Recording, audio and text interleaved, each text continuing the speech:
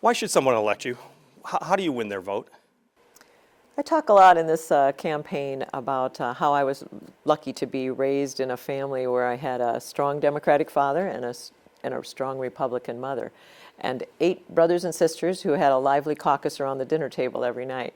It's where I learned how to stand up for what I think, understand what my positions are, but also it really taught me how important it is to listen to the other side, to understand where people are coming from, and for me to understand that good ideas come from everywhere. And so that's the approach that I like to take in talking to people across this district. I'm really happy that we've got support from Democrats, Republicans, and Independents in this campaign. I recognize that we've got to put a campaign behind us once we get elected and do the act of governing, and that means I represent everyone, and that takes listening to everyone on every side, and to take good ideas, no matter where they come from. We're facing some really big problems here in this country right now with COVID, with the economy, with health care, with education. The only way we're going to fix those problems is if we come together and do it together. So that's a message that I want people to understand of my approach and how we have to come together as a nation to fix these problems. This pandemic looms large in the race as well as across the country and the economy. There's a lot of talk about this $1,200 second stimulus check that people could get. How important is that, do you believe? And how hard would you fight for that if that's what you think the country needs?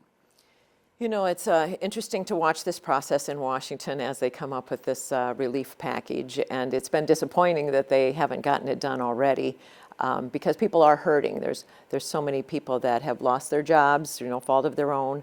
We cannot have a situation where we have more people going into poverty because they can't pay their bills, because they don't have a job because of COVID, and so many other sectors that are really negatively affected. So to me, it's about targeting that relief money to go to the people that really need it, that have truly been affected by this pandemic. And so it's clear that some sectors of the economy have been hit harder than others. The unemployed, so that they can continue to pay their bills, so that they don't let their rent go, so they don't let their water bills and their electric bills, so that they don't get evicted because they can't pay their rent, adding to the homelessness situation. We've got to get that kind of relief to the people that need it. But also we know that the hospitality industry, the retail industry, our small businesses continue to suffer, and we've got to get them the relief they have so we don't lose these businesses forever. Small businesses are so crucial, particularly in areas like this district where we have a lot of small towns that are built on small businesses. And again, our cities and our counties, we don't want them to be laying off police officers and firefighters because they're strapped for cash. And that's where I was going to go next. How important is it for relief for local government as well as state government? So important, right? If they have to back down on their services, and if they have to start laying off police officers, firefighters, the people that keep these cities and counties going, that's going to affect all of us in a negative way, in a big hurry. Record-smashing $3.1 trillion was added to the deficit so far this year. That, though, is the other problem, is that you can give the relief, but are we going to pay for it down the road? Well, of course, we have to pay for it, right? Somebody's got to pay for it in the end. It is troubling that the national debt is so high. That was a problem before the pandemic, where the national debt was rising at an alarming rate. And so, yeah, when after this election is over, we've got some huge problems that we're going to have to again come together to make sure that we're coming up with the best solutions. And the only way we're going to do that is if we start electing people that talk about unity, that talk about bringing people together and are willing to listen to the other side in order to get to those good solutions. We always talk about helping people, of course, and making sure that services are funded. What about cuts? I mean, when you're talking about this type of deficit, where do you see targeted cuts needed in the federal level? Well, again, there's two sides to the ledger, right? And I've been a farm girl all my life, right? I've done that myself. Looking at can we do to lower the costs, and what can we do to increase our revenues? That's what it comes down to. So yeah, we've got, as a country, as a legislative body, we've got to take a look at how we can improve both sides of that ledger. And so I think it's about priorities. It's recognizing what we need to do in order to keep this economy going, but it's also to take a really hard look at where we can make things so that they are fairer and, in the long run, going to help the American taxpayer out. The other area, of course, is healthcare that you had mentioned is more critically important now perhaps than ever before. We've seen the dismantling of the ACA. We've seen a more conservative Supreme Court that may dismantle it further. What do you see as far as healthcare in America that's already been tried with Obamacare that could be improved if you're elected? It is really crucial that we don't go backwards. That's really a huge problem here. It doesn't make any sense to me that we take a system and dismantle it and throw millions of people off their health care that is working for them, right? So we've got to not go backwards. And then, yeah, there's obvious things that we need to do to lower costs and to make sure that we have accessibility. People are tired of seeing their friends or neighbors go broke because they get sick. That's not the kind of America we want to live in. And so there are lots of solutions out there. I think that it's worth looking at a Medicare buy-in program. I think a public option is something that should be on the table. We also need to take a look at, I think we can find consensus on both sides of the aisle, and that's probably where we should start, is where we can find common ground, knowing that people on both sides of the aisle are interested in allowing Medicare to negotiate for lower drug prices. And I think transparency is a big part of it. I talk about how my husband had an operation not too long ago and didn't understand the billing, and spent hours on the phone, many phone calls to different entities trying to figure that bill out, only to discover that we were being charged quite a bit for a piece of equipment we never received. It shouldn't be that hard.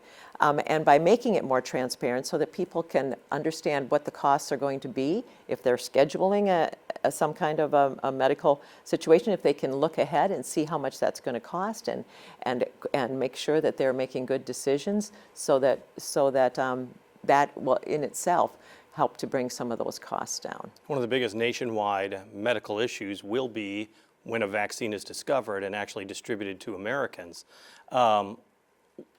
Do you have confidence that there will be a vaccine? And the other question is, at least an effective vaccine or whatever comes out first, is that there's going to be a sizable part of the population that will not take it. They will not want it. And that lessens the effectiveness. Do you think there should be some type of a mandate? I think that we can be assured that that we have a lot of good people that are working very hard on this vaccine and are going to do a very thorough job of making sure that when we're ready to distribute it, that it's going to be safe and that it's going to be as effective as possible. I was just listening to Dr. Fauci talk about that yesterday, and listening to experts like Dr. Fauci gives us a bit more confidence, and that's what we need. So this is where I think leadership really makes a difference. To make sure that this is not politicized, that we have the confidence that it isn't politicized, but instead we stand behind these medical people who are working so hard to make such a big difference for all of us. Because in the end, this is what is going to get us back to normal life. And it's so crucial that we get it right. If we don't get this right, our economy will continue to struggle. So it's so important that we get that vaccine out as soon as possible, that people do trust the experts, and that people willingly step up and make sure that we're all protecting each other. You brought up farming, of course. The farm economy is so crucial in this area, and farm bankruptcies are on the rise. 4% increase in debt, according to the American Farm Bureau, despite $46 billion in federal farm payments this year. The bailout for farmers can't last forever. Are you worried about the coming year as far as trade with other countries, and as well as the weather and all the other things that farmers face? Yeah, farmers have really struggled. I've lived my entire life on the farm and seen the change as we put into place things that helped give farmers more security. When I was a kid growing up, we didn't have crop insurance, and that made a big difference in how you approached the risk that you take as a farmer. But risks that have always been there. And that's why it's been disappointing that our trade policy has been long time here waiting for it to make a difference for farmers. So, yeah, we've been hit by the trade war. We've been hit by the ethanol waivers that affected our prices, and then we had a lot of weather events. We've had drought. We've had too much rain, and we've had a derecho here across the Midwest. So yeah, I mean, I deal with a husband every morning who wonders if we should keep on going, right? So these are tough problems for farmers right now. And in the meantime, we're also seeing that the taxpayers are having to help us through this. And so where we'd like to go is to have, to see the kind of leadership that is effective in creating a better trade relationship, and additional trade relationships with other countries. So we've got to really work hard on that kind of diplomacy to band with other like-minded countries so that we can have a bit better result when it comes to creating better markets for our farmers. Trump administration got tough with China, as they said, earlier in the year, a renegotiated NAFTA with the USMCA. Aren't these better for farmers in the long run? I think that the proof is here in the pudding. We have had depressed prices through this entire process, and that's not getting made up. We should have, instead of going it alone, we should have aligned with our other trade partners in order to have a better fulcrum there. And we've got a trade agreement with China. Not clear if they're going to come through with it. And the one thing that we should be tough on China, They are not a good player. We worry about the intellectual theft, but that hasn't even been addressed. That's being a promise in the second phase. I'm not seeing the results, and I don't think farmers across the country are seeing the results that we'd like to see.